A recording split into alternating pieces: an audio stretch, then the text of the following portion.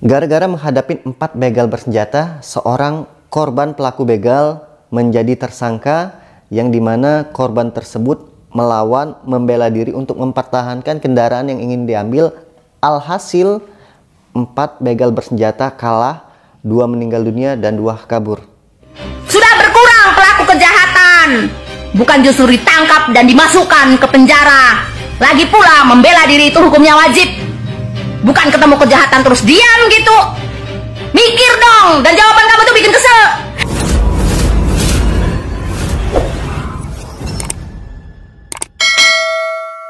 Assalamualaikum warahmatullahi wabarakatuh. Salam pencak silat, salam persaudaraan. Kembali lagi dengan saya, Denny Aprisani, dalam channel YouTube Denny WW. Sebelumnya, selamat menunaikan ibadah puasa bagi yang menjalankan. Tetap semangat, tetap beraktivitas seperti biasa. Bagi atlet, tetap tanggung jawab latihannya. Jangan sampai lengah ya, nggak latihan di bulan puasa. Nah, di kesempatan kali ini saya akan buatkan video yang dimana requestnya dari channel YouTube Andi Sopian. Assalamualaikum Bang WW, bahas yang bela diri dari begal, malah jadi tersangka dong. Jadi merasa sia-sia deklarasi silat, biar nggak punah. Ternyata di dunia nyata nggak dipakai karena takut di penjara. Sebelumnya nama saya bukan WW ya, WW itu nama istri saya, nama saya Denny WW, nama saya dan nama istri saya. Nah, jadi saya akan bahas tentang begal, 4 begal, tapi korbannya yang menjadi tersangka. Dan ini memang sempat rame, saya nonton di YouTube, membaca berita di beberapa media sosial ya, membaca koran-korannya juga. Memang cukup rame, sedih, kadang miris juga. Nama korban tersebut yaitu Murtede atau biasa dipanggil Amak Sintah ya. Berasal dari NTB, dari dusun Mate Maling, desa Ganti, kecamatan Praia Timur. Mungkin kalau ada yang salah silahkan dikoreksi ya. Jadi Amuk Sinta ini dia ingin mengantarkan makan untuk ibunya, memakai kendaraan bermotor. Alhasil di tengah jalan dihadang 4 begal bersenjata tajam. Tapi bukannya mundur, Amuk Sinta malah memberikan perlawanan karena dia bisa bela diri juga ya. Nah, ini mungkin pentingnya kita belajar bela diri, bisa menjadi pembelaan untuk kita sendiri dan juga menjadikan mental bagi kita supaya lebih berani ya. Mungkin bagi orang-orang kalau bisa dikasih, kasih aja. Iya, itu bagi orang mungkin yang uangnya berlebih. Tapi mungkin bagi orang yang pas-pasan ya, motor ini penting dan berharga banget bagi dia untuk kehidupannya dia, pasti dia akan mempertahankan seutuhnya, sepenuhnya, supaya jangan sampai motor ini diambil orang. Makanya dia berani melawan begal tersebut sambil teriak, sambil melawan juga. Tapi warga tidak ada yang menolong. Langsung dia memberikan perlawanan kepada 4 begal yang bersenjata. Setelah memberikan perlawanan, ternyata 2 begal tadi meninggal dunia ya. Senjatanya dibalikan kepada begal tadi. 2 lagi kabur karena temannya 2 meninggal tadi, dilawan oleh Amuk Sinta ini. Luar biasa ya. Akibat membunuh begal tersebut, Amuk Sinta sempat ditahan ya. Nah, ini yang jadi blunder ya teman-temannya. Pada saat ditahan juga warga sempat ramai juga demo supaya Amuk Sinta ini dibebaskan. Jadi sebenarnya lagi memang penyelidikan ya, penyelidikan. Memang di dalam hukum menghilangkan nyawa seseorang itu ada pasal-pasalnya ya, ada pasal-pasalnya. Tapi beda dengan kasusnya Amuk Sinta ini karena dia membela diri.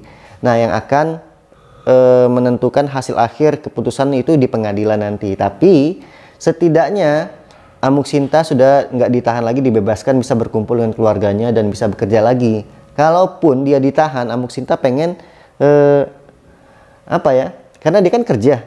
Dia ibaratnya tulang punggung keluarga. Kalau bisa misalkan selagi dia ditahan, ada tanggung jawab untuk keluarganya. Seperti itu. Dan respon masyarakat di sana sangat luar biasa. Ya, karena dia sangat berterima kasih malah kepada Amuk Sinta sudah menghabiskan pembegal ya, atau pelaku kejahatan. Jadi banyak juga respon-respon masyarakat seperti di media sosial. Dan saya sangat suka seperti respon ibu ini. Kalau penjahat membunuh wajar. Jawaban kau tuh PA. Tahu? orang yang membela diri dalam keadaan genting sehingga pelaku kejahatan terbunuh, itu seharusnya diapresiasi, dihargai, dan aku yakin masyarakat di sekitar itu juga berterima kasih dengan matinya 2 begal. Sudah berkurang pelaku kejahatan, bukan justru ditangkap dan dimasukkan ke penjara. Lagi pula membela diri itu hukumnya wajib, bukan ketemu kejahatan terus diam gitu. Mikir dong, dan jawaban kamu tuh bikin kesel. Kalau pelaku kejahatan membunuh wajar, PA. Beliau aja marah ya, karena korban yang menjadi tersangka, saya juga pribadi, saya pribadi, ketika kita menjadi korban, yang dimana kalau kita tidak melawan, ya kita habis. Atau kita terbunuh, bisa terbunuh juga ya. Nah mungkin dia melawan tadi karena sudah terdesak. Kalau tidak melawan juga mungkin bisa dihabiskan juga, karena dia pasti nggak mau melepaskan motor tersebut. Ya yang mirisnya, ketika korbannya kalah, ketika pelakunya kalah, korban malah menjadi tersangka. Nah ini yang sedih banget ya. Padahal dia sudah memberantas kejahatan. Kalau menurut saya pribadi ya, di dalam agama pun ketika kita melawan pelaku kejahatan atau juga pembegal bisa disebut ini, itu ketika kita mempertahankan harta kita ya, atau melawan orang tersebut, ketika kita meninggal dalam mempertahankan harta kita yang kita dibegal tadi, kita matinya syahid ya. Ada hadisnya dari Abu Hurairah radhiyallahu an, ia berkata bahwa ada seseorang yang menghadap Rasulullah Shallallahu alaihi wasallam. Dia berkata, "Wahai Rasulullah, bagaimana pendapatmu jika ada seseorang yang mendatangiku dan ingin merampas hartaku?" Beliau bersabda, "Jangan kau beri padanya." Ia bertanya lagi, "Bagaimana pendapatmu jika ia ingin membunuhku?" Beliau bersabda, "Bunuhlah dia. Bagaimana jika ia malah membunuhku?" Ia balik bertanya, "Engkau dicatat syahid." Jawab Nabi Shallallahu alaihi wasallam, "Bagaimana jika aku yang membunuhnya?" Ia bertanya kembali, "Ia yang di neraka." Jawab Nabi Shallallahu alaihi wasallam. Hadis riwayat Muslim nomor 140. Jadi memang di dalam Muslim juga ada hadisnya. Ketika kita dibegal, ya, orang begal ini ketika dia terbunuh malah dia yang masuk neraka ya. Karena mungkin niatnya sudah jahat, bukan mungkin, sudah pasti niatnya jahat dan niatnya juga ingin membunuh. Mungkin kalau dia tidak terbunuh, dia yang membunuh kita. Tapi ketika kita mati terbunuh karena ingin mempertahankan harta kita tadi, kita matinya syahid. Tapi sedangkan kalau begal tadi yang mati terbunuh, dia yang masuk neraka ya. Jadi memang kata Rasulullah, pertahankan hartamu. Nah memang ketika di dunia nyata seperti ini kan memang kita ada undang-undang ya, tapi konsepnya ini beda, jadi blunder. Kemarin-kemarin juga pernah juga yang dimana pesilat dari Joko Tole juga dibegal dan pembegalnya meninggal, sempat menjadi tersangka.